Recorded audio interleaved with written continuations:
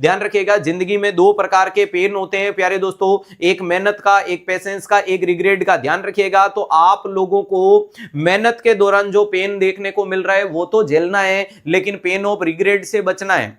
समझ पा रहे हो? पेशेंस का जो पेन है, जो आप आपके अनुभव के साथ जो अभी दर्द ले रहे हो, वो प्यारे दोस्तों आपके सफलता के सर्वोच्च शिखर पे ले जाने वाला दर्द है। लेकिन आपको पेन ऑफ रिग्रेट नहीं होना चाहिए जिंदगी में।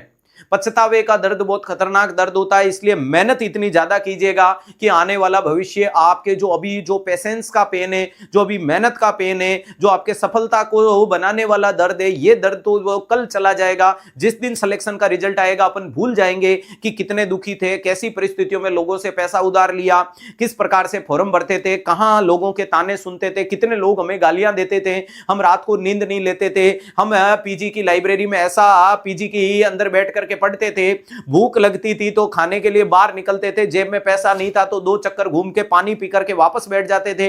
वो दिन 2 घंटे में भूल जाएंगे जिस दिन सफलता मिलेगी। लेकिन अगर मेहनत नहीं की तो जो पछतावे का दर्द होगा वो जिंदगी भर कोसता रहता है कि काश मैं पढ़ लेता, काश मैं मेहनत कर लेता, काश मैं थोड़ा लगा रहता, काश मैं टिक जाता तो आज मेरी जिंदगी कुछ और होती। तो आपको पेन ऑफ रिग्रेट से बचना है, पछतावे का दर्द नहीं होना चाहिए आपको प्यारे दोस्तों। मेहनत का दर्द तो कल चला जाएगा, वरना अपने को बहुत चीजें सताती रहती है। जब याद कीजिएगा 10वीं का रिजल्ट आया तब भी अपन ने सोचा था कि यार उस साथी ने 2 घंटे एक्स्ट्रा पढ़ाई की, काश मैं 2 घंटे पढ़ लेता तो आज मेरे 2% 5% ज्यादा होते हैं। ये सेम चीज जब आपका रिजल्ट आता है सिलेक्शन वाला, उस दिन भी होता है। तो कोशिश करना है कि मेहनत में कमी नहीं छोड़ेंगे। और ये जितनी दुख तकलीफें हैं, नो डाउट अपने जीवन में, अपने से भी ज्यादा कई लोगों के जीवन में, उनको देख के खुश हो जाओ।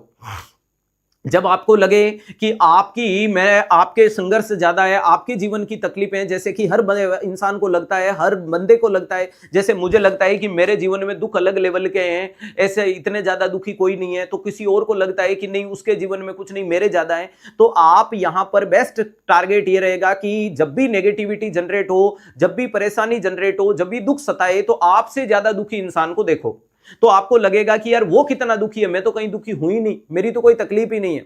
ध्यान रखिएगा, जैसे कि आपका लिखते लिखते हाथ में दर्द हो तो आप उस व्यक्ति का फोटो देखो जिसका हाथ ही नहीं है, तो फिर आप इमेजिन करो कि यार वो बिना हाथ के जीवन जी रहा है। मेरे तो हाथ में दर्द है, दर्द तो 2 मिनट में सही हो जाएगा, फिंगर में आगे पीछे किया काम चल जाएगा। समझ पा रहे हो? इस चीज की तरफ जाने की कोशिश करो। तुम्हें लग रहा है कि तुम्हारी स्थितियां गरीब है, तुम्हारे मम्मी पापा गरीब हैं, जिसके कारण वो पैसा पर्याप्त मात्रा में तुम्हें उतना नहीं दे पा रहे जितना कोई एक मिडिल क्लास या हायर क्लास वाला ले रहा है, तो तुम उस इंसान को इमेजिन करो जिसके मम्मी पापा ही नहीं है।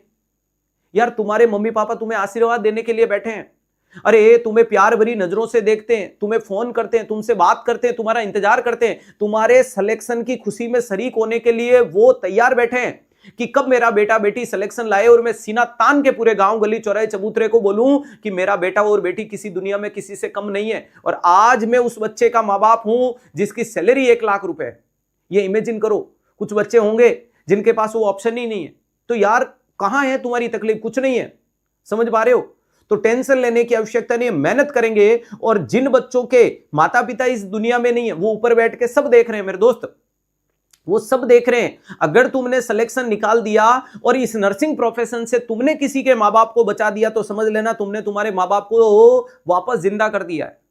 इससे ज्यादा नोबल प्रोफेशन नहीं आएगा। एक इमेजिन करो, तुम आईसीयू में पोस्टेड हो और आईसीयू में पोस्टेड हो, कोई सीवियर कंडीशन किसी पेशेंट में डेवलप हो गई और उसके बच्चों को आपने आवाज लगाई, बुलाया और बुला के सीवियर कंसेंट लिया कि हम ट्राई कर सकते हैं, इसको सीपीआर देंगे, डीफेब देंगे, बच गया तो ठीक, नहीं तो अलग बात है। आप इमेजिन कीजिएगा, आपके पोटेंशियल से अगर आपने उस अंकल आंटी को बचा दिया तो समझ लीजिएगा कि आपने अपने माता पिता को वापस जिंदा कर दिया है। जिंदगी में किसी को जीवन दान देने से बढ़िया क्या चीज हो सकती है यार? तुम सोचो कि एक रोता बिलखिलाता इंसान को तुमने आईसीयू के बाहर खड़े एक लड़के को बुलाया था जिसकी उम्र 40 45 50 55 साल होगी।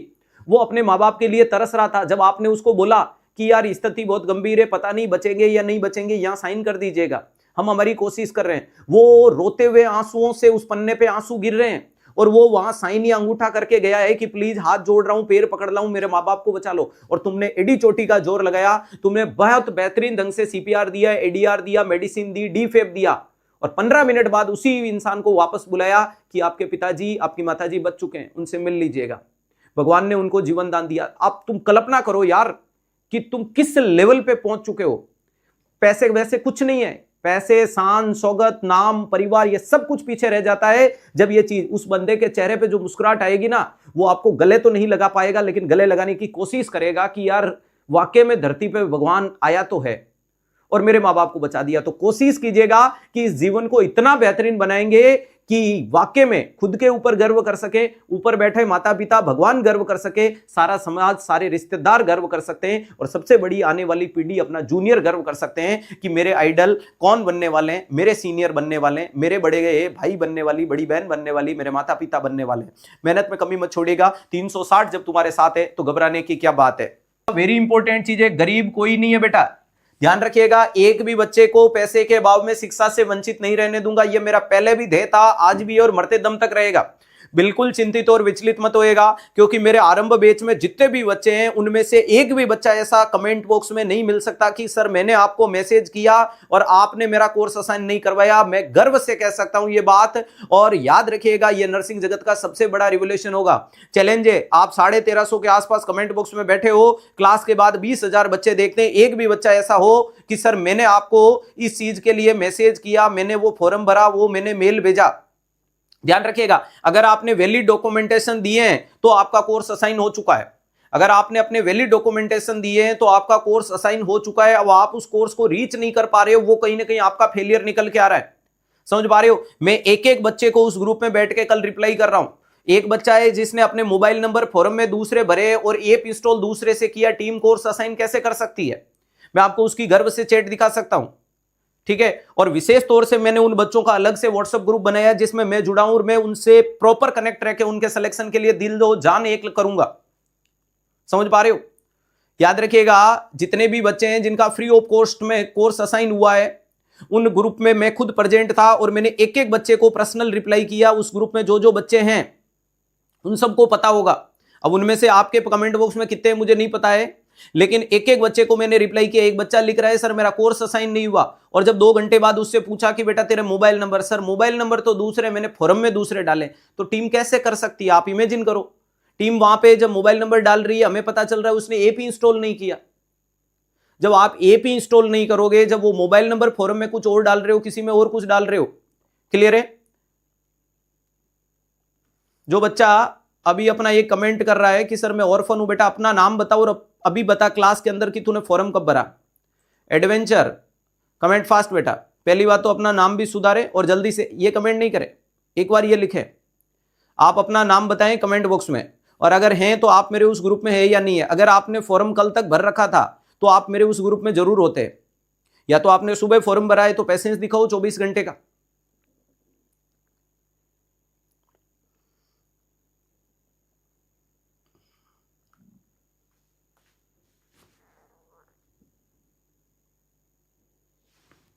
अगर सुबह भरा है तो 24 घंटे का पेशेंट दिखाओ। टीम डेली शाम को फ्री के कोर्स ऐड करती है या डिस्काउंट वालों को अप्रूव करती है।